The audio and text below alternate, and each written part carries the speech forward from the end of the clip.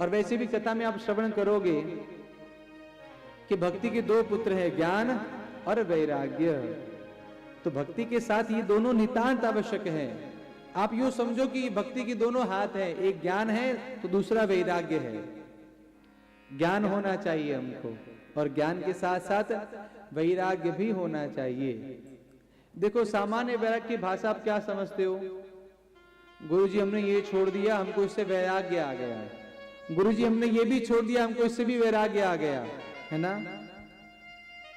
लेकिन संतजन आज्ञा करते हैं कि छोड़ देना ही सिर्फ वैराग्य नहीं है। उन्होंने वैराग्य शब्द का बड़ा सुंदर अर्थ बताया। बोले क्या?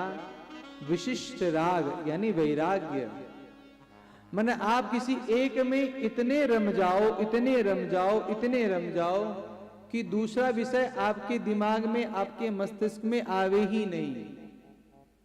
इसे कहते हैं विशिष्ट राग। बात ख्याल आई? समझ आई बात? उदाहरण के साथ समझो। आपने कभी पत्थर की मूर्ति बनाने वाले को देखा है? कभी पत्थर की मूर्ति बनाते ना, मार्बल की पत्थर की मूर्ति बनाते, कभी देखा है आपने? नहीं देखा। अच्छा, आपको ऐसा लगता है कि पत्थर की मूर्ति बनाने वाला पत्थर के हाथ जोड़ता है, या पत्थर के पैर जोड़ता है, या पत्थर का सिर जोड़ता है? ऐसा नहीं। कैसे मूर्ति बनाता है पत्थर की मूर्ति बनाने वाला? हाँ, एक बड़ी सी शिला होती है, और छेनी और हथौड़ी उससे मार मार के, ठोक ठोक के उसमें जितने भी अतिरिक्त पत्थर होते हैं उन सबको हटा देता है, और उसी शिलाखंड के अंदर से एक सुंदर सी मूर्ति बाहर आ जाती है। ठीक है? अब उस मूर्तिकार के हृदय में केवल मात्र सिर्फ प्रतिमा थी कि कैसे प्रतिमा को बाहर लेकर के आऊं।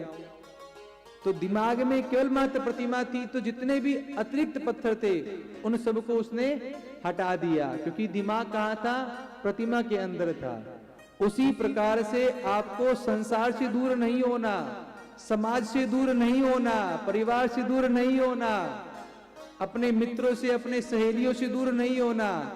बोले महाराज करना क्या है? बोले आप केवल मात्र भगवान की भक्ति में लग जाइए, सब अपने आप दूर हो जाएंगे। आपको सिर्फ भगवान की भक्ति में लगना है और कुछ नहीं करना है।